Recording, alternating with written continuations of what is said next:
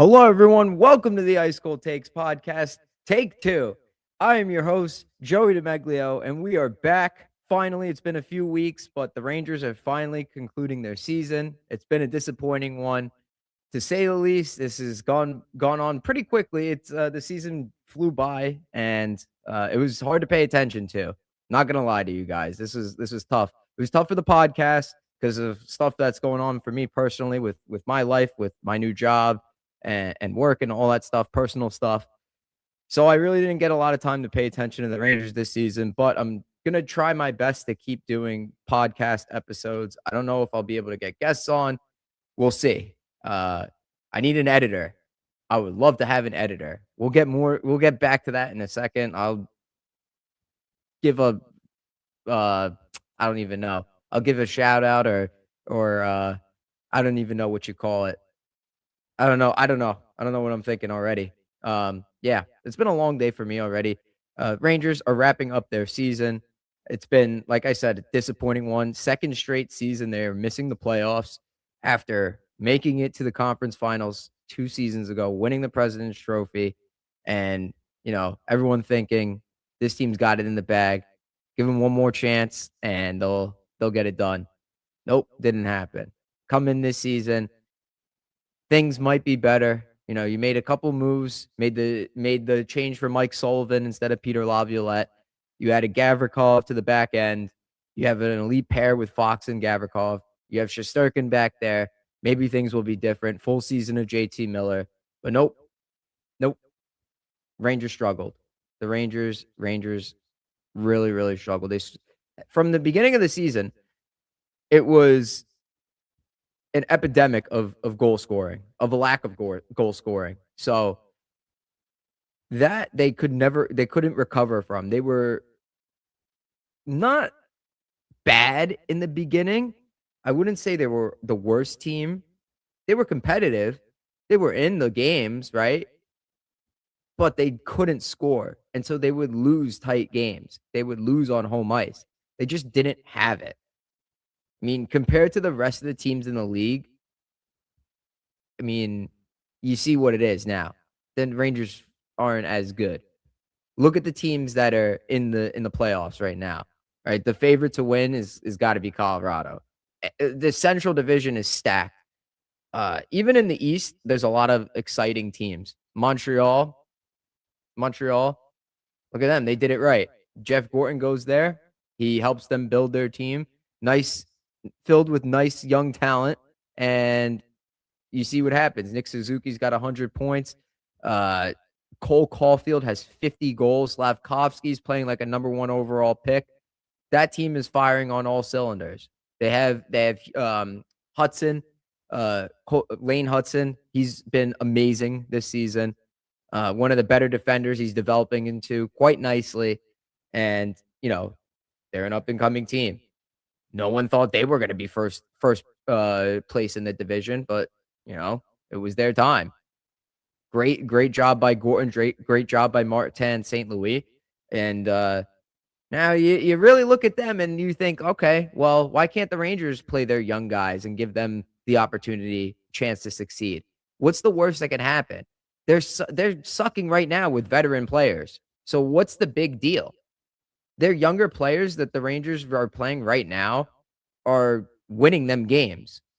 So in my eyes, that's a win-win situation, right? That is a win-win, right? You play them, you bring people into the building because they're winning games. That the Rangers started winning games when they called in their excess of bottom 6 talent. Hemelash, right? Adam Sikora, right? They have Edstrom sitting out. It's not Berard. It's not him. Perreault is playing now. All these guys, Noah Labo, that's a great fourth line. That has the potential to be one of the better fourth lines in the league if they keep it together. Laba, Sikora, and Hemelash, that's meat and potatoes there. That's the identity that the Rangers have been looking for. Now, the problem with the team is top end scoring. I'll get back to that in a second. But let's go back to analyzing what happened, what went wrong with the Rangers this year. I already said goal scoring was the big issue with them. They couldn't They couldn't score goals at Madison Square Garden. We all know that. They were in the games. They weren't losing them outright very, like, poorly. It wasn't like those 10 spot games or those 8 or 9 spot games, where they were giving up that many goals. It took a while for that to happen. I'd say, like, January. That's when it started to happen, and it wasn't good, right? I mean, it happened in November a little bit, but then they were able to come back with a couple of wins, but then they really fell off the table towards the middle of the season around January. That's when the losing streak started, and that's when, the team kind of had their head down, and it wasn't good. This is when it was clear they weren't going to be competitive for a while. Drury sends out the memo or the letter, whatever you want to call it, and he shouldn't have done that because he completely tanked his team's trade value. And we really didn't get much back. So that was also a disappointment. But yeah, the Rangers are not going to be a perennial cup contender the way the roster is built. At best, they'll be a one and done team. They're not going to be like Montreal or Tampa Bay, where every season they're going to be kicking down the door. They're going to be in it for the long run. This is going to be like, let's milk the last ounce of hockey left in JT Miller, Mika Zibanejad, and Vincent Trocheck, because there's no other options. The Rangers don't have any other young top-end players besides Lafreniere and Gabe Perreault. Everybody else in the system is secondary. They are the ceiling for them is a secondary player, a supporting cast member. They are not your McDavids, your McKinnons, your Crosbys of the world. Not those guys. The Rangers don't have any of them in the prospect in their pipeline, and that's going to be the biggest issue for why they're not going to be a perennial cup contender. Strong end to the season, as I mentioned, and it coincides with the young guys getting more playing time. This is what we've all been saying for the longest time.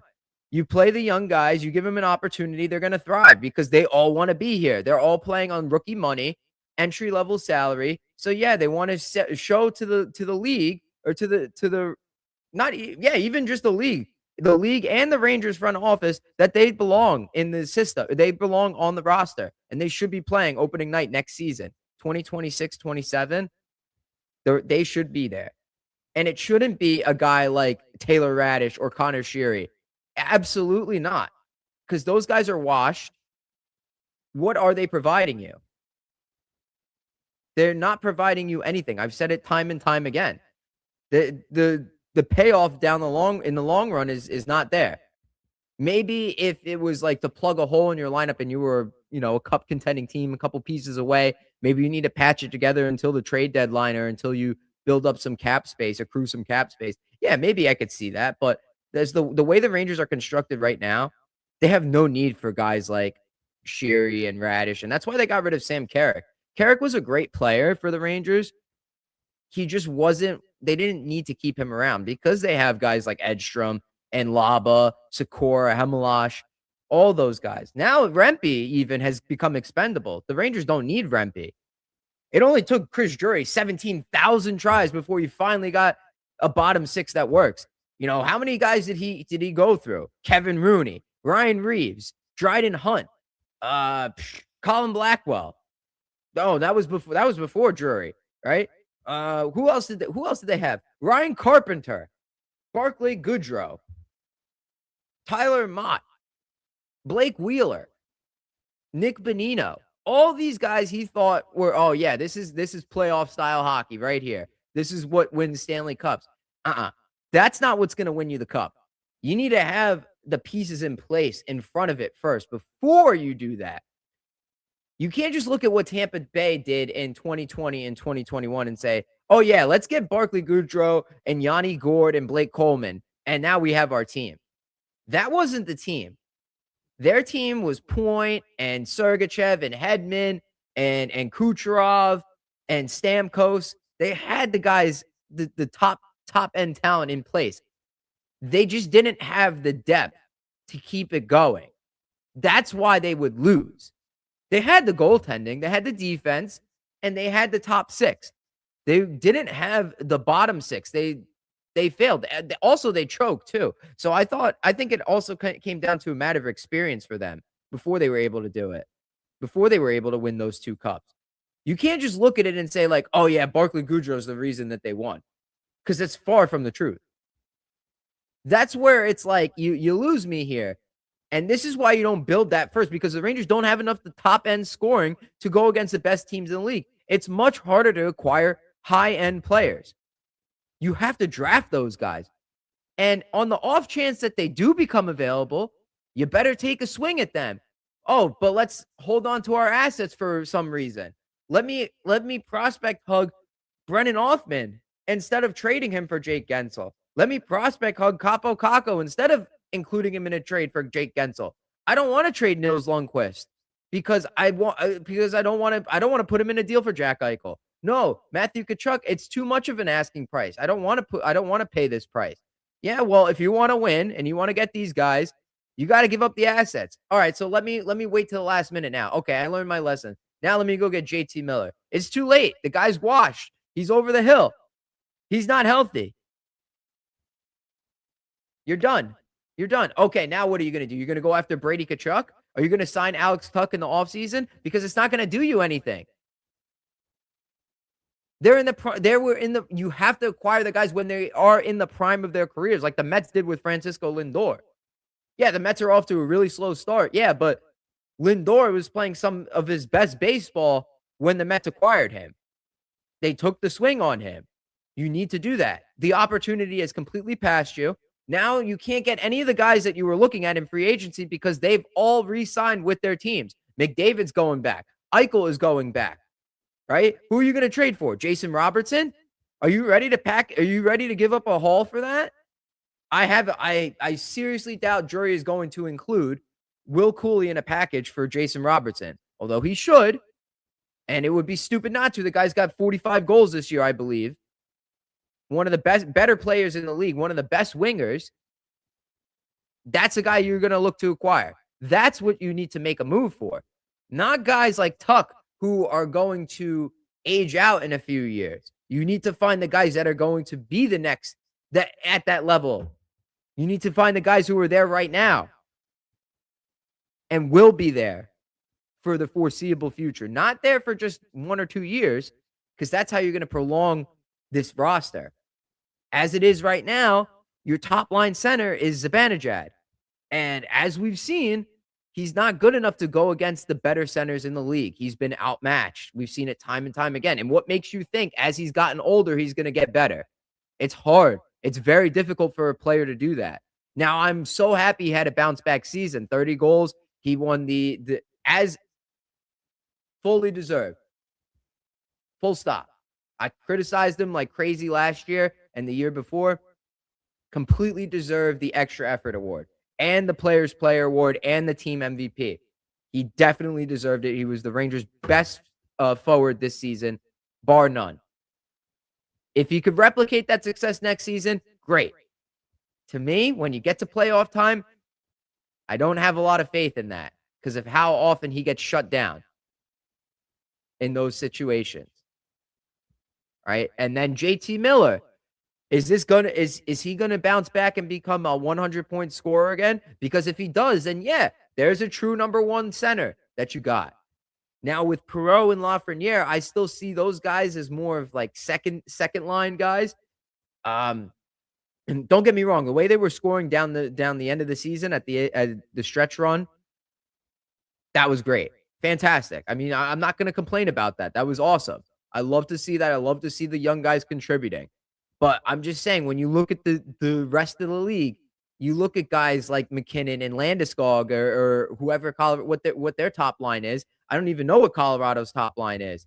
I'm going to look it up. But those guys have been fantastic the entire season. All right? Natchez has been great. Lehkonen, that guy could fill in anywhere. I look at a team like Colorado, and how could you not pick them to be the Stanley Cup winner? How could you not? Depth on all their lines. Like, they have top-end talent. They have a very solid defense. The guys, and they're hungry. They're fired up. They've been playing great all season. It's just a well-rounded team, right? Lekkonen's got 48 points. They don't need to have like the best. You don't need 3 first liners. You just need the guys that could play well together. But you need that number 1 center. Absolutely. Marty Necas has 100 points this season. That's what you need. And a perfect complement in Lehkonen. Lehkonen is a guy that could play, seriously, Swiss Army knife. That guy could play anywhere in the lineup. You ask him to play 4th line minutes, he's going to go out there, muck and grind. If you ask him to be on the top line, he's going to fit in perfectly with MacKinnon. That's a guy that the Rangers need to find. Someone like him. I'm not saying go and acquire Lehkonen. I'm saying you got to find one either through the draft or someone that's young enough that you think could become that and develop them. You have to do it from within. Otherwise, you're just gonna be rinse, repeat, and it's gonna be like this forever and ever. You'll have what Buffalo had until this season, which is not good. Let's see how did I want to look at Colorado stats because I'm gonna keep referencing them. The team was fantastic this year. MacKinnon 127 points. Brock Nelson 65 points. They acquired Kadri. All right, Lehkonen 48 points. Nichushkin 47 points. Their defense is like contributed. Malinsky had 40 points on the back end. Landeskog had 35 points. He played 60 games. Let's see. Yeah, their scoring is all spread out throughout their lineup. That's what you need. But you need the number 1 guys. That's what makes your team go. The Rangers had it with Panarin, but of course, yes, he's getting old. He was getting older, so you don't want to pay him the money. I get it. You need to move on. But now you need to have a contingency plan, which they don't have. So what? You're going to sign Alex Tuch in the offseason? It's too late for that. You should have got him years ago. I was complaining about that for a while. You know, that's the guy you could have gotten like when Gensel was going because Buffalo sucked. But you didn't want to offer the assets to get him. So I don't know what to tell you. All right, down the stretch, I want to look at and see how the Rangers did Gabe Perreault's stats at the end of the season, and kind of extrapolate that over an 82-game stretch. So he had 26 points in 48 games. He's got one more game left. So fantastic rookie year. I'm very happy with that. Guy figured out how to play. I'll take it. Look at his game logs from 25-26. So let's see. Second half of the season. Let's go from March 2nd to the end, April 13th. And he had, oh, come on. March 2nd, April 13th. Come on. Stats, Hockey References not cooperating with me. Let's go. Come on. Let's go. Nothing's working. All right. There it is. There it is. Okay. Hang on a second. Boom. Boom.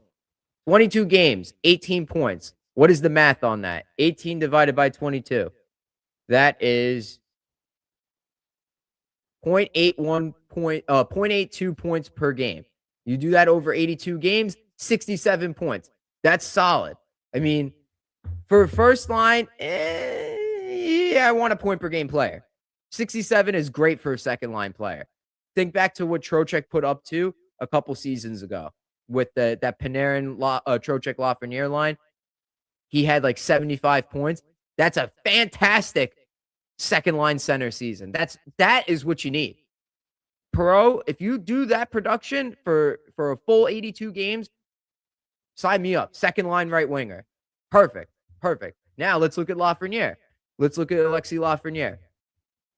He had 24 goals, 56 points this season, which is one shy of his career high, which is, yes, a little disappointing for a first overall pick. I know, but it's not bad. Not horrible if you take away the first line thing out of the equation. So let's go from the same day, March 2nd to the last game against the Panthers. In 22 games, 23 points. That is a point per game player. 23 points in 22 games. Do that over 82 games. That is 85.7 points, so like 86 points. Not bad. That's a first-line winger. All right, so you have a first-line winger, and then Zibanejad. I know he's probably going to have a point per game over those last 22 games, but I'm going to put a disclaimer and say, like, yeah, but he's not really the 1 seed not anymore. Not the 1 seed that I'm thinking of. If this was 40-goal Mika Zibanejad, then hell yes. Same thing. 23 points in 22 games. If you extrapolate that over 82 games, that's going to be 85, 86 points. So yeah, it's a solid first line, but it's not a world beater. It's not a Stanley Cup winning first line. Could it make the playoffs? Absolutely. Yes. 100%. And I would put good money on the Rangers on that line. If they produce that way over 82 games, I would put good money on them carrying them into the playoffs. I would, because of the experience that Zibanejad has. And I know how other teams are. I know that the Rangers have the goaltending. They have Fox, too, to supplement and support, right? Is it a cup-winning team, though? No. And my point here is, why are you shooting for just the playoffs when you should be shooting for the Stanley Cup? That's what I want. I want to win it all. And if you are going to buy into what you have right now, then you have to make it, you have to add the pieces to supplement it.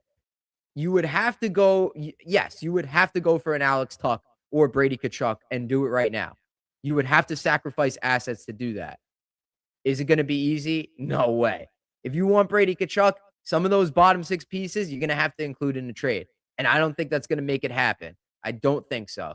If you want Alex Tuch, you're going to have to offer 7 years. And I don't want that.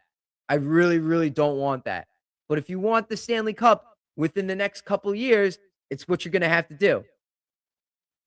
And I still don't think that's going to be enough. So what I think the Rangers should do is find a way to get rid of JT Miller. You have a second-line center in Zibanejad, right? If that's your second-line center, 67 points in Perreault over 82 games, 85 points in Zibanejad over 82 games, and 85 points in Lafreniere over 82 games. Yeah, okay, point per game is first-line material.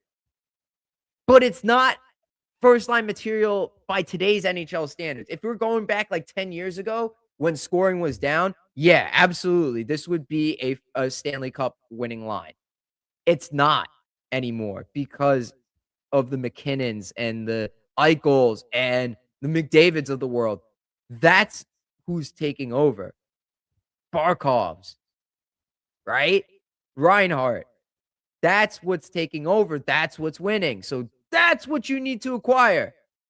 And the Rangers do not have any centers in their pipeline. No top line centers. No potential top line centers.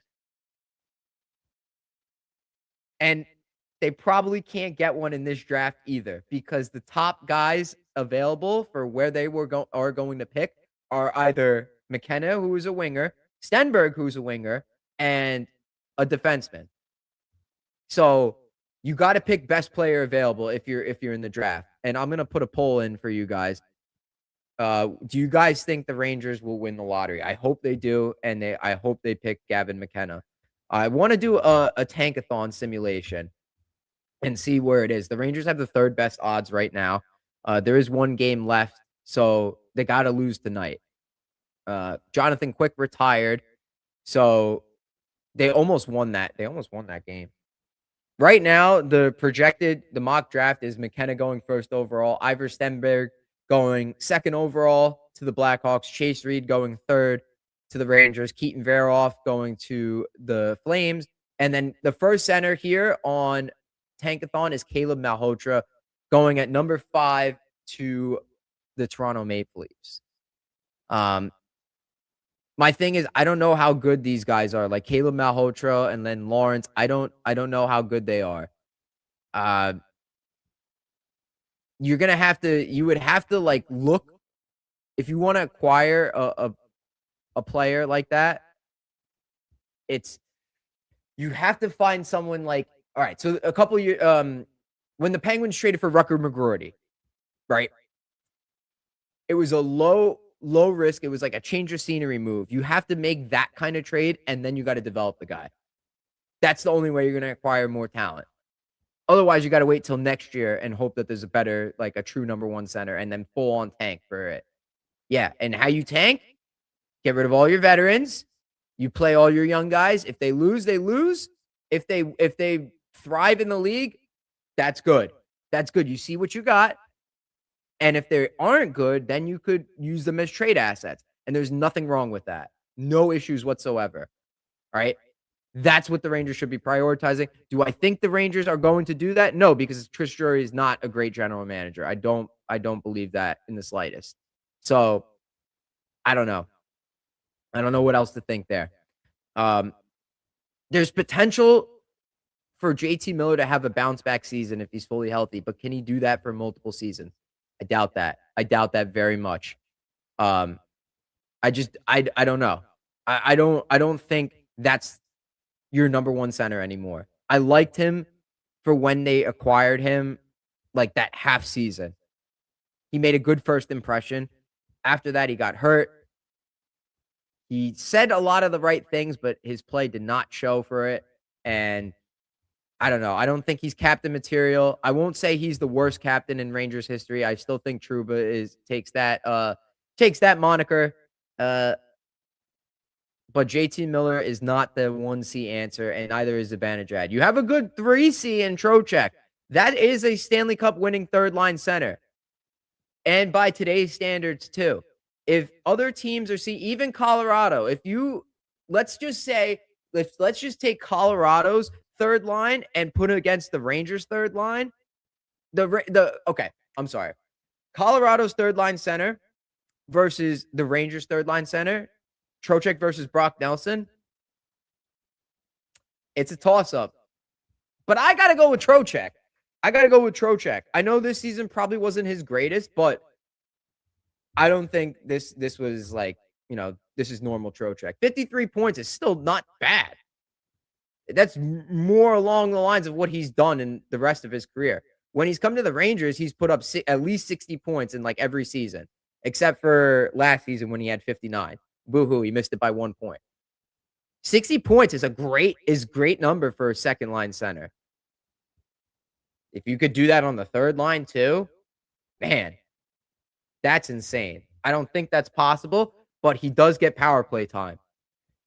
And that's the other thing that the Rangers gotta figure out is the power play. I think they should be running Lafreniere and Perreault first line next season. Enough with Trocheck and Miller. Split them up.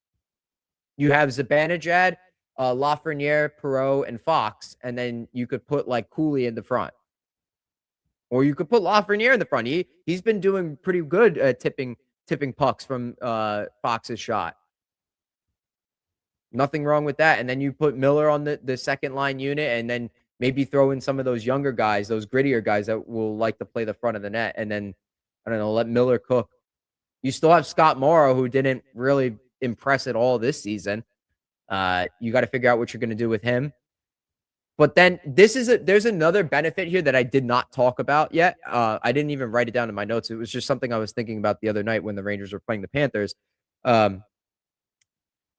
Finally, if you play the young guys, the Rangers will be taking advantage of all those entry-level contracts and saving cap space. That is one of the smarter decisions that Chris Drury can make. And they should do that because you could use cap space as a weapon, as a tool to acquire players. You can't be like a broker in a trade anymore, like as a third-party broker. You can't do that anymore according to the new rules. But you can acquire a bad contract that's 1 year remaining if you have them retain half the salary. Right? Or if you just take on the full salary for the season, you could have them attach it like a second-round pick or a third-round pick or multiple picks. Maybe even a first-round pick if it's a terrible contract, if it's for like 2 years. Take it. Hell yeah. Do like what you did with Bolesky. That's how you get extra value. That's how you find value. That's how you find the good stuff in the draft. You just need to develop it afterwards. You need to be able to make the picks. Yeah. But you have to develop it afterwards. So don't not acquire draft picks. Go for the draft picks. Have a system in place where you could develop that talent because you're going to need it because of injuries and you don't have center depth in the system at all. So you need to get some centers. And this is just like with the Jets and the New York Jets. Like, are you going to pick a quarterback in the first round? You probably shouldn't because next year Arch Manning is coming, and I don't think the Jets are going to have a good season. Don't waste a pick on a quarterback. Use it on some of your other areas of need. Go play best player available. Same kind of thing here with the Rangers. They're going to have 2 first-round picks. You got to go. You got to hope you win the first overall pick. If you can, you're going to pick McKenna. If you don't, go best player available. Take the defenseman. I know I said a couple weeks ago, I don't want the defenseman. Just take the defenseman because then it's a trade asset for the future. Then what happens if a young center on a bad team becomes available? What happens if the Sharks shit the bed and Celebrini wants to get out? You better trade for him. You absolutely should be in on that. I'm not saying that's going to happen, but there is a possibility that it does. Now the Sharks would be stupid not to lock him up by that point, but it could happen. We've seen stuff like that happen. You got to be ready for it. You got to be smart with the assets you have.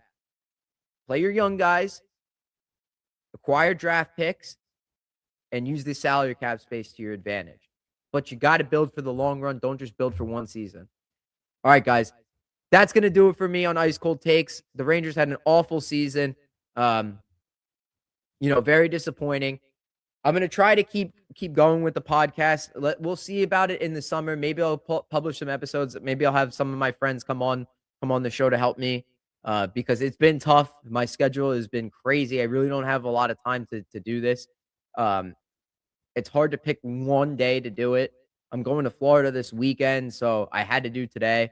And tomorrow I'm working all day, so I really don't have much time. If you are an editor and you're looking to get into Rangers content, hit me up on social medias. I have a job for you. You can help me out. This is my PSA. That's the word that I was thinking of in the beginning that I couldn't think of. My PSA to all Rangers fans: if you want to join a podcast, come to me. I will give you an opportunity. I'll pay you. Right? Go Rangers. I'm crossing my fingers for the lottery. That's going to be in like a month from now. But yeah, disappointing season. Go Mets. Time for baseball. I'll see you guys in the next episode. Bye.